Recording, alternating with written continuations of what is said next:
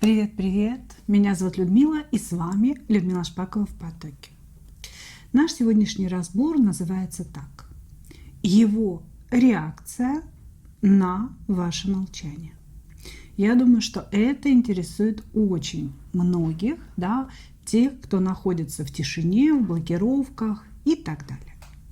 Итак, значит, так как тема достаточно глубокая, и разбирать мы ее будем глубоко, у нас будет всего две позиции. Да? Делаю две для чего?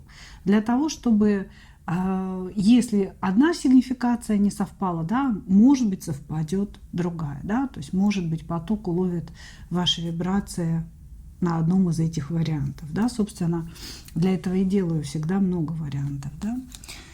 Итак, первая позиция, вторая позиция.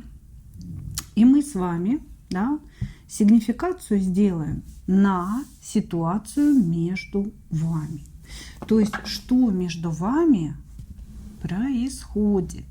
Что между вами происходит. Понятное дело, да, что вы замолчали. И сегодня мы будем исследовать данное конкретное направление. Да? Но нужно понять, что это за молчание такое, почему вы замолчали, да, что произошло. Ну, может быть, нам покажет вообще просто ситуацию между вами. Да, вот что такое, из чего состоят отношения. Значит, после сигнификации будем смотреть, как же его трансформирует и ломает тишина между вами. Да? То есть, что происходит с мужчиной в эти моменты. Потом посмотрим, да, его реакция на ваше молчание. То есть, собственно, что он думает по этому поводу. И, конечно же, собирается ли он как-то действовать, да? Собирается ли он как-то менять эту ситуацию или не собирается, или ему все равно. Итак, двоечки идут у нас в ожидании. Начинаем с единичек. Начиная с единичек. Летает у меня шерстка от кое-кого. И я тут сижу, немножечко так уже почесываюсь. Итак, что между вами? Это давние какие-то отношения, это не новые отношения.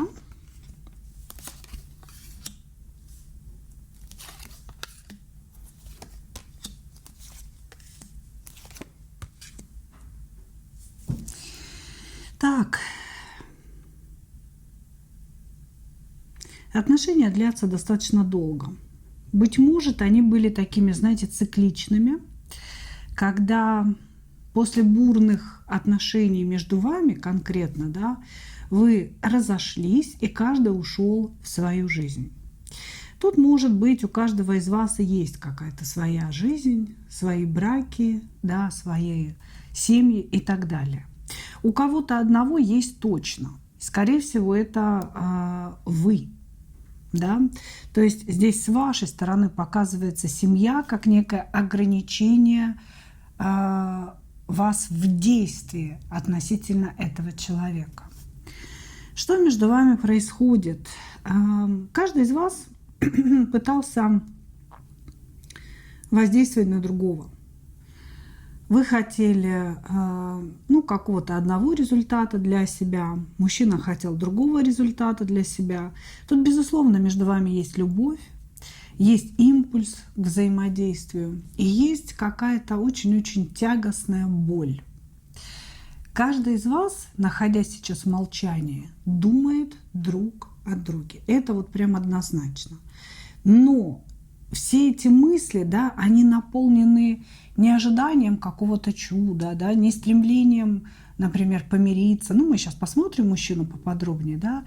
А все эти мысли, они как будто бы, знаете, каждый из вас перебирает в сундуке какие-то старые вещи, да. Это мне нужно, это не нужно.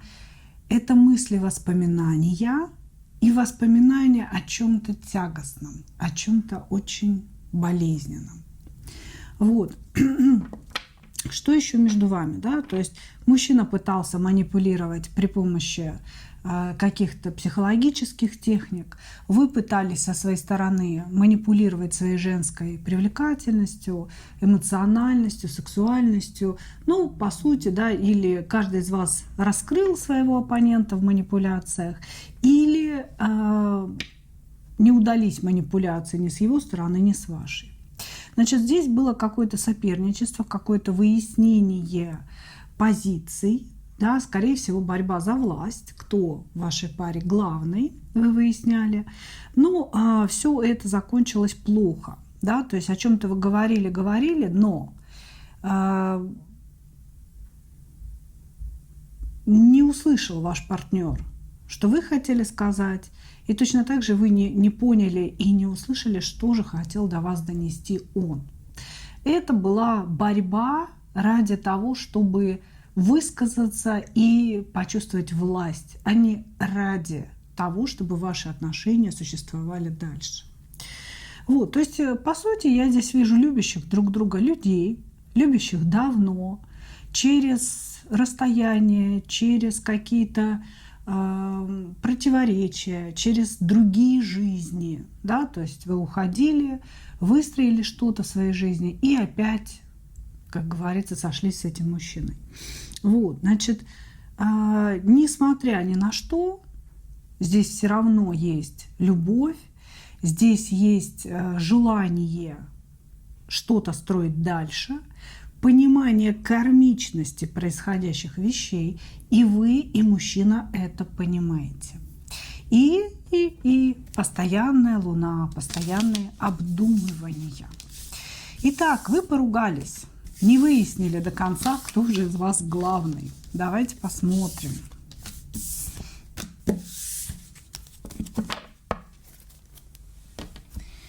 Что же мужчина вообще думает, да, вот в этой тишине, вообще в принципе, да, что он думает об этой ситуации?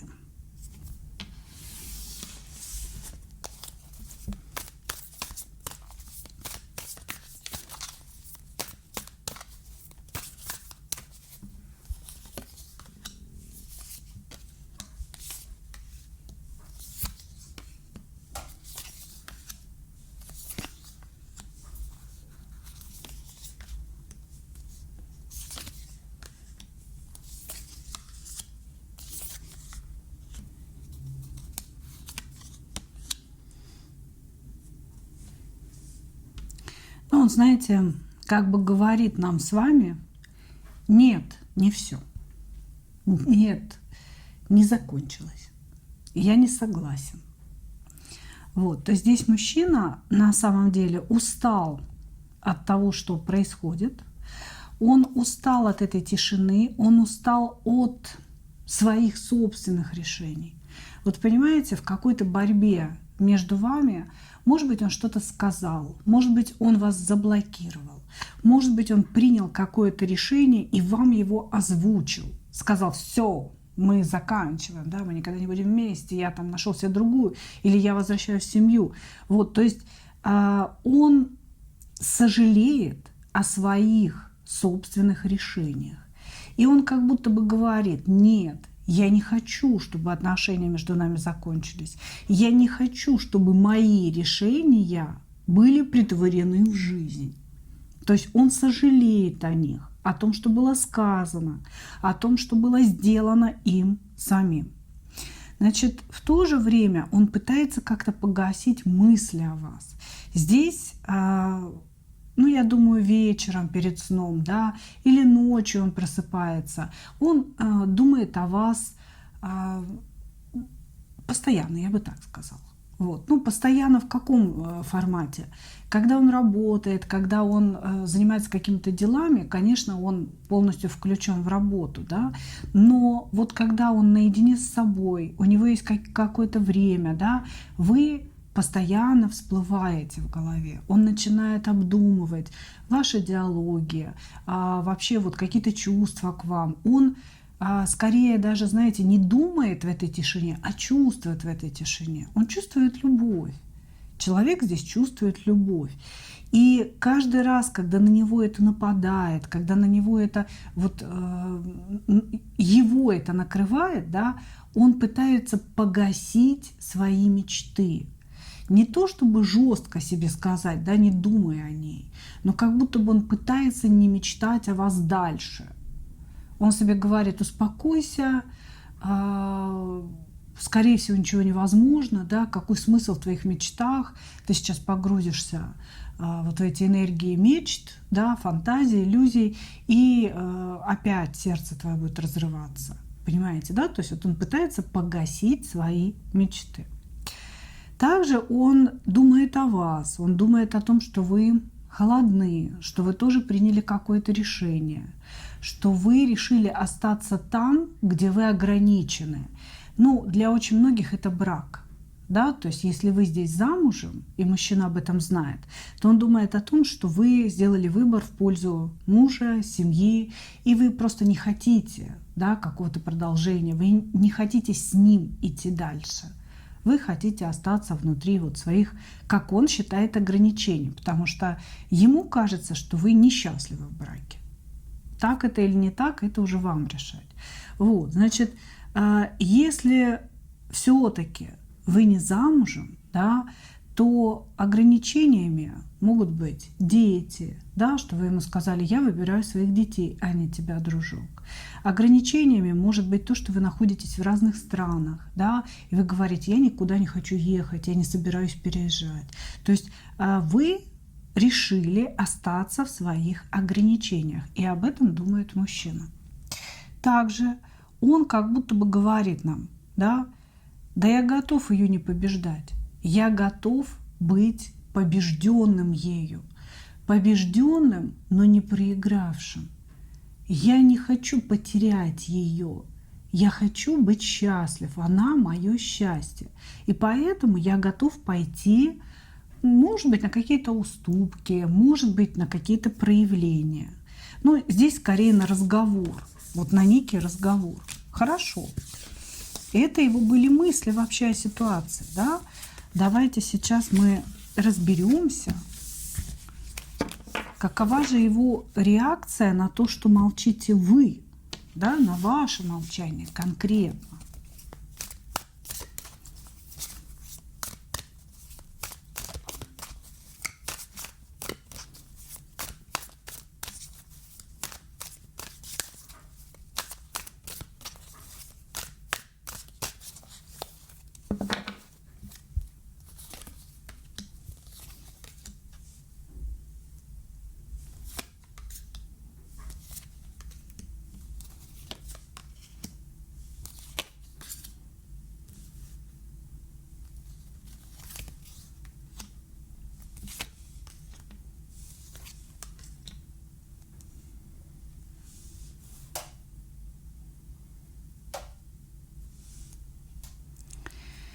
Так, ну, здесь, конечно, он психует, безусловно. На самом деле он не ожидал, что вы будете молчать. И он не ожидал длительности этого момента. То есть мужчина здесь думал, что вы там где-то что-то там поерепенитесь, да, и напишите, и позвоните, ну, потому что долгие отношения, да, у вас уже вот этого перетягивания каната, кто первый будет звонить или писать, уже нет, понимаете? То есть нормально, это вас не унижало никогда написать ему, позвонить, и его точно так же никогда не унижало. Вот, но здесь произошел какой-то длительный коллапс, как он нам говорит, да, то есть она молчит слишком долго. Если бы она просто замолчала, да, я бы такой типа, ну ладно, там сейчас отойдет, оттает, как бы напишет. А тут что-то длительно все происходит, понимаете? То есть вы не звоните, не пишете очень долго уже. И он, ну, как бы начал подозревать, что вы, наверное, очень сильно обиделись.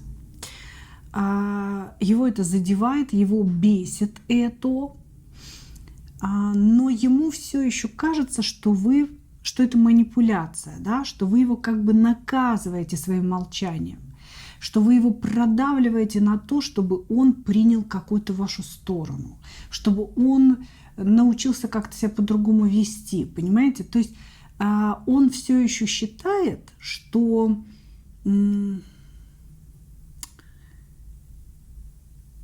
вы все равно дадите ему какой-то шанс. Вот я бы так сказала, что это наказание с вашей стороны. Вот, значит, здесь интересно, очень-очень тонко так проходит его чувствование, да. Я сейчас обобщу, чтобы вы вот прям все-все-все поняли. Сначала я думал, что это просто ее какой-то вот бзык, псих, да, и я был на расслабоне, потому что такое уже бывало. Она сама напишет, она сама позвонит, скажет мне, когда можно, да, вот как-то там подлезть к ней. Но что-то я начинаю чувствовать и подозревать, да, что она не на шутку обиделась, и где-то у меня вот там на границе моего сознания, да, брежет таки мысль, а вдруг она ушла навсегда? А вдруг, блин, это все правда? То есть, как бы, и все, и на этом конец. Я не хочу думать об этой мысли. Если я решу, что она ушла навсегда, я тут же проявлюсь, но это еще как бы не сейчас. Понимаете, да? Значит, его очень сильно бесит ваше молчание. И самый главный факт, да, это то, что оно затянулось во времени. Такого не было длительного. Он подозревает, что вы можете не написать, не позвонить и не решить эту проблему. И как бы все равно пока еще ждет. То есть вот здесь момент его ожидания, он присутствует. Хорошо. Мы поняли. Давайте теперь посмотрим, как он собирается действовать.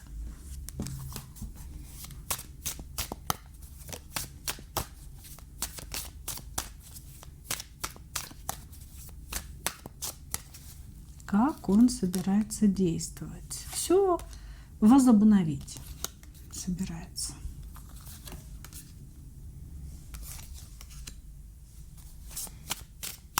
Интересно, знаете, вот я жду, когда все вернется. Это выглядит так. Я спрашиваю, как он собирается действовать, а он говорит, ну, как бы я собираюсь все возобновить. У нас будет обязательно какое-то возрождение чего-то. Но жду. Кто это будет делать, неизвестно. Хорошо.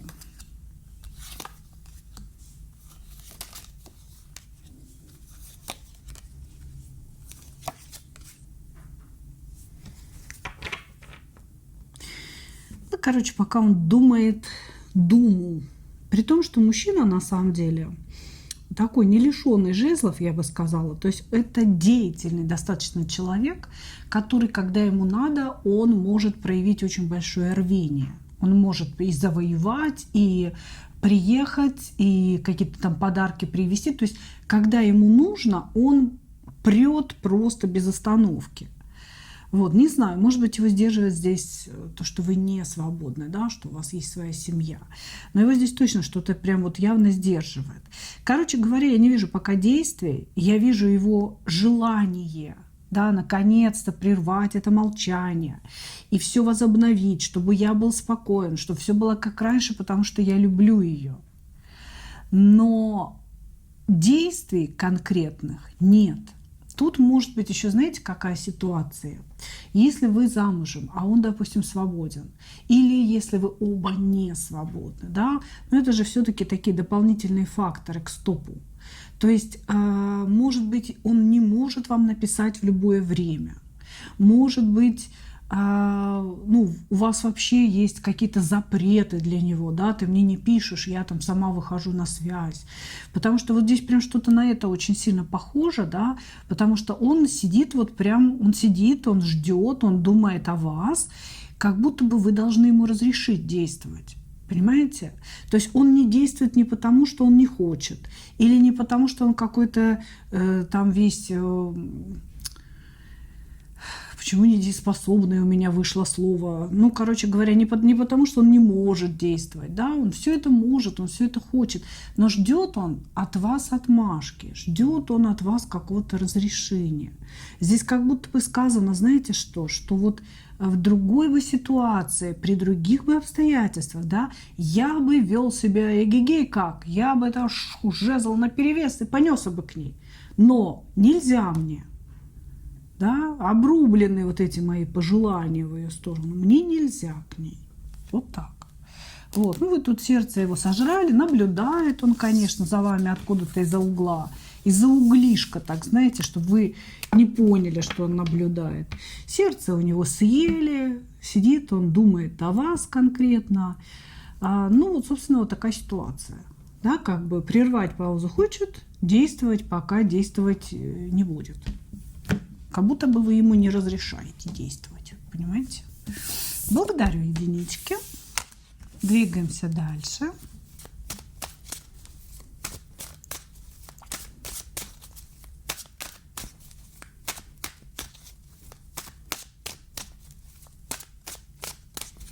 Двоечки. Что между вами и что, собственно, произошло?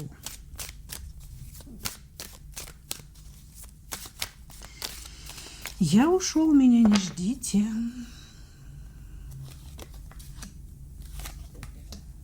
Угу. Классика жанра, 2 парных карты выпали. Сейчас посмотрим.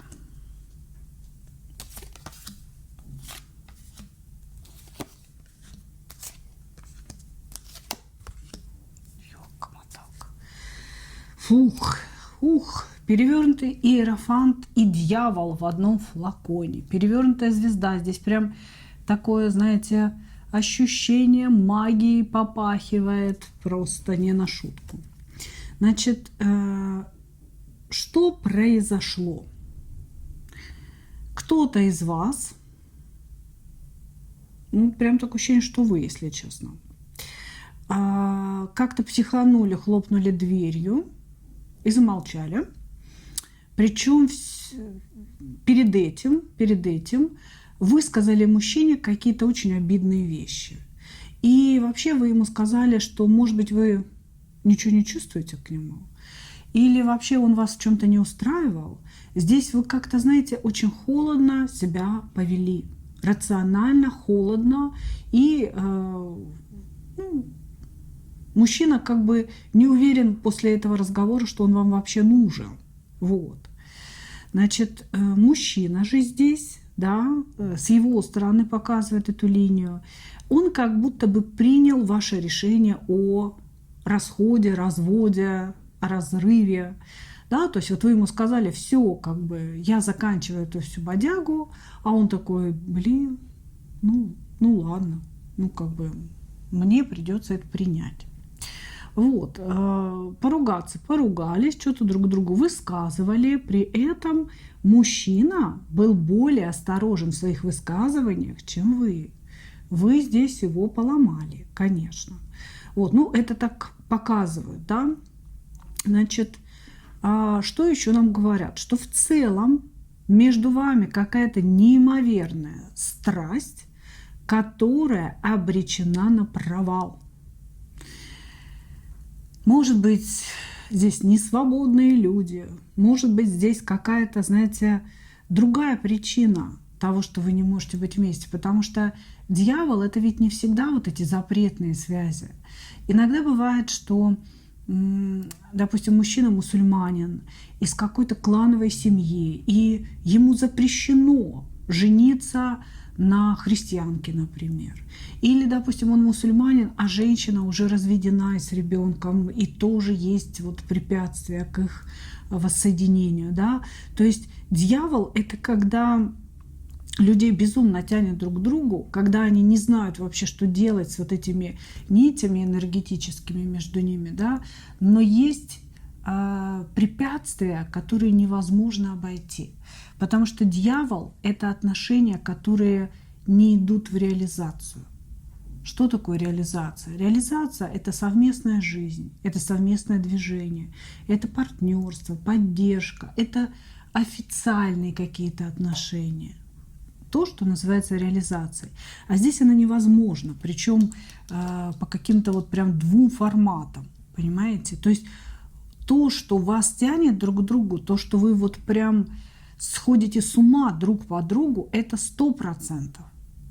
Но все это обречено на обнуление по смерти. То есть как будто бы вы два человека, которые трансформировали друг друга, у вас посредством этой связи открылись способности, вы, скорее всего, или начали какие-то творческие акты совершать, например, рисовать или петь, писать стихи, рассказы, неважно, да, то есть вот как-то стали себя проявлять. Или, может быть, у вас какие-то экстрасенсорные способности открылись в этот момент, да, после знакомства с товарищем. А у него из-за того, что появились вы, была какая-то движуха на работе, как будто бы вот он прям, знаете, выпрыгнул. Или бизнес открыл, и все стало круто. Или его на какую-то должность поставили, и тоже все стало круто. Понимаете? То есть вы ему принесли удачу в работе, а он как будто бы вас распачковал. Есть вот такой термин в магии — распачковывание, да, ну, своеобразный весьма. Значит, как будто бы человек открыл вас, собственно, вас, да, вашу душу открыл, заставил на нее обратить внимание. Вот что происходит. Значит, ушла, вернусь не скоро, сказали вы, как нам говорят. Мужчина, скрипив сердце, сказал, ну ладно, так, да, но сумасшедшее притяжение. Почему я сказала какая-то магия? Очень много арканов, которые говорят или о магическом вмешательстве в ваши отношения, из-за которого возникла ссора, или о том, что вы обрели именно магические способности благодаря этой любви, или что вы оба с этим мужчиной занимаетесь магией, да, что тоже немаловажно. Или еще один вариант озвучу, да, ваша связь и ваши отношения не похожи ни на что. Они действительно как будто бы были даны вам свыше, откуда-то сверху вам их передали, да, они весьма своеобразные, поэтому передавал их господин дьявол как раз, да, но тем не менее, все так сложилось и все так завертелось, что вы вот просто офигеваете от того, как такое вообще возможно. То есть такое тоже вот может быть. Окей, хорошо. Что-то такое мощное, кармическое, важное. Ну, давайте посмотрим, что же мужчина думает в целом о тишине между вами, да, в целом сначала.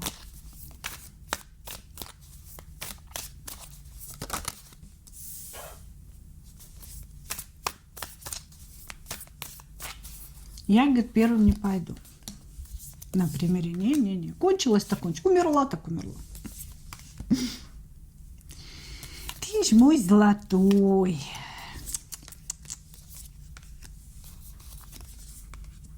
Так, ну, наверное, ссора недавно произошла. Потому что он такой, знаете, сначала она заставила меня уйти из отношений. Она приняла все решения, меня не спросила. Ладно, я ей буду подчиняться. То есть я подчинюсь ее решению и плакать буду, значит, где-то дома в тишине под одеялом.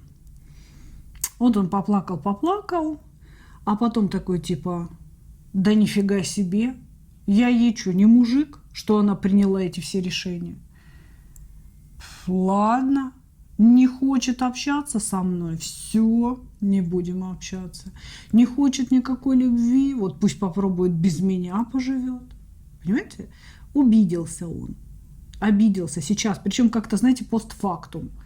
Сначала он немножко, как, знаете, как будто бы мешком по голове был ударен, да, прибабахнут так немножечко. А потом вдруг обиделся. Вот. Тут можно сказать, что сразу после вашей ссоры он готов был за вами бежать, что-то там просить.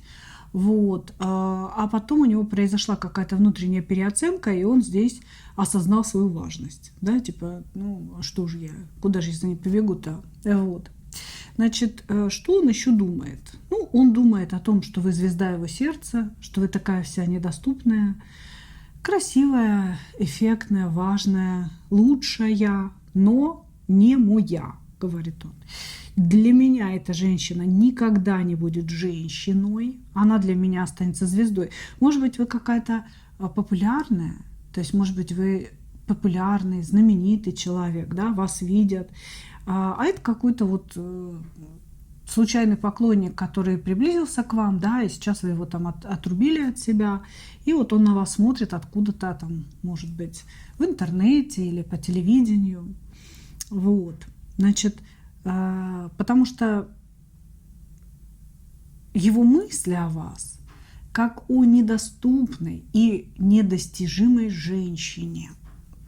Вот, значит, и очень много обиды. Очень много обиды. Вы его унизили как мужчину, вы, значит, его вообще как мужчину не воспринимали, и вообще он для вас никакой не император, и вы считали его глупеньким, как он говорит. То есть она всегда права, все, что она скажет, все правда, а я что говорю, я, значит, дурак. Вот, значит, он здесь себя накручивает. Беспокоит ли его молчание между вами? Да, конечно. Беспокоит ли его ваша ссора? Да, конечно. Разбили ли вы ему сердце? Естественно.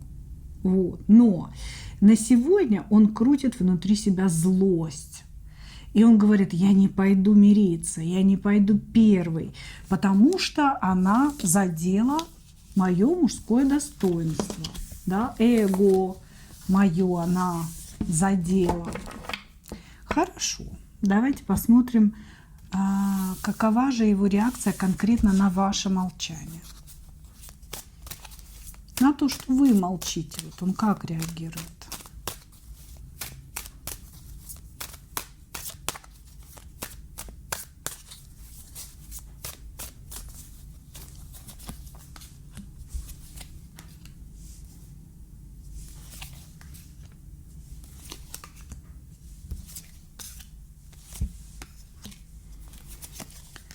Как он реагирует на ваше молчание? Ну, во-первых, дьявол здесь, конечно, никуда не делся. Он прям чувствует себя ужасно зависимым от вас. При этом он почему-то уверен, что вы от него не зависите. Он такой, типа, да, она, блин, даже не думает обо мне. Это я как дурак, как дебилоид какой-то. С утра до вечера вот эти мысли елозят у себя в голове. Чувства елозят у себя в голове. Да что ж это за фигня такая? Почему же я ее люблю, а она такая ледяная, она такая неприступная, жесткая, просто сволочь. Понимаете? Жалеет себя страшно. Вот, значит, мужчина здесь плачет. Он такой эмоциональный, он послабее, чем вы, кубковый король. Понимаете, то есть как будто бы упрашивает вас, ну, пожалуйста, ну, возьми меня вот такого неудачного, какого-то всего никакого, ну, пожалуйста, ну, возьми меня и назови меня своим императором. Ну, что ж ты, женщина-то недогадливая какая. Вот. Значит, он обижен на эту ситуацию, обижен на вас. И, конечно, ваше молчание, вот то, что вы молчите, но он воспринимает, во-первых, как вашу холодность, как вашу жесткость, и как то, что он от вас зависим. Он спеленат по рукам и ногам этими чувствами. Он такой, типа, блин, ну я вообще ничего сделать не могу. Да я же о ней постоянно думаю. Я ее хочу, я ее люблю. Меня к ней тянет. Я как дурак в этих отношениях. Вот просто себя чувствую. А она при этом живет свою лучшую жизнь. А она при этом, может быть, даже общается с другими мужчинами. Ей на меня как-то с высокой колокольни немножечко наплевать. Вот. Вот что он думает о вашем молчании. Он думает, что вы не думаете о нем, что вы спокойны, что вы живете свою жизнь, что вы на него плевали. А он страдает по вам. Это нужно мне. Это мое сердце болит, это мой жезл болит, это, значит, дьявол меня жрет, а ее не жрет. Что за несправедливость такая? Как-то так. Хорошо. Давайте посмотрим. Ой-ой.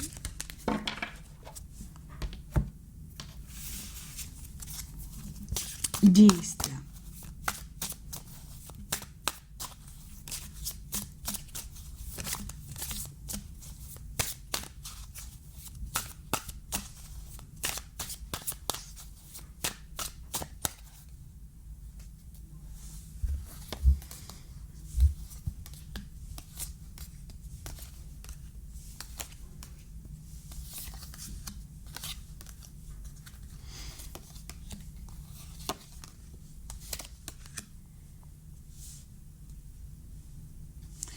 что лезет в голову, не знаю, прям это сообщение кто хочет передать. Путает. Хорошо. Действие. А может быть, это ваш путает меня здесь сидит.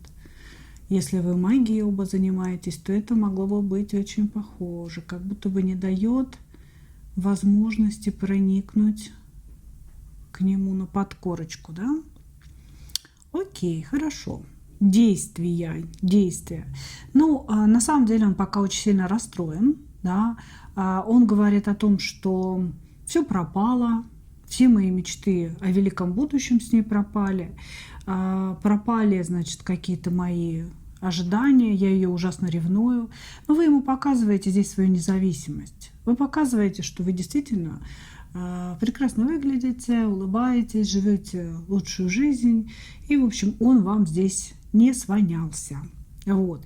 Не вижу действий, девчонки. Хотела бы увидеть, но действий я не вижу. Здесь, скорее, знаете, действия вопреки. То есть здесь мужчина вместо того, чтобы идти к вам, может быть, на какие-то гулянья отправился, да, то есть начал пытаться, может быть, там зарегался на сайте знакомств, начал знакомиться с девушками, мутить им голову. Вот как будто бы он пытается уйти от этих мыслей, от своей обиды через других женщин. Да, вот совершенно не думая, что там тоже души, сердца, что у каждого человека, да, это все есть, и чувства в том числе. То есть я бы сказала так, в ближайшее время от этого человека ждать нечего, потому что он пытается вас забыть какими-то не очень приличными и не очень красивыми методами. Он считает, что между вами действительно поставлены точки, что вы ушли, все, навсегда. И несмотря на то, что есть чувства, есть жалость к себе в этой ситуации, да, есть постоянные мысли и зависимость от вас ужасная. Несмотря на это, вот что он делает сейчас, так это пытается переключиться, что ли, понимаете, как будто переплюнуть ваш образ каким-то другим образом. Он пытается сейчас через какие-то гульки, другие отношения, может быть. Но я отношений здесь не вижу. Я вижу здесь какое-то разгульное, развратное, очень некрасивое поведение мужчины. То есть через это он пытается как будто бы поставить точку внутри себя. Ему очень тяжело. Здесь мужчина любит вас гораздо больше, чем вы его. Вот. Ему тяжело, но он сейчас вот принял такое решение. Понимаете? Да, здесь идут какие-то гулянки. Вот. В ближайшее время действий здесь не будет. Ему нужно, видимо, пройти через это все, да, понять, что ни другие женщины, ни какие-то пьянки, да, не освобождают от этих мыслей, от чувств к другому человеку. И освобождает от этого всего только прояснение ситуации, да, и четкое понимание того, что дальше. Ну, как-то так, пока он находится вот в таком вот дыму разврата, понимаете, поэтому не вижу я, чтобы он действовал в вашу сторону. Ну что, мои дорогие, такой вот сегодня получился разбор. Я благодарю вас за ваше внимание. И, как обычно, хочу пожелать вам только одного. Встретить свою настоящую любовь и не потерять в ней себя. Ну а мы увидимся с вами в следующих видео. Пока-пока.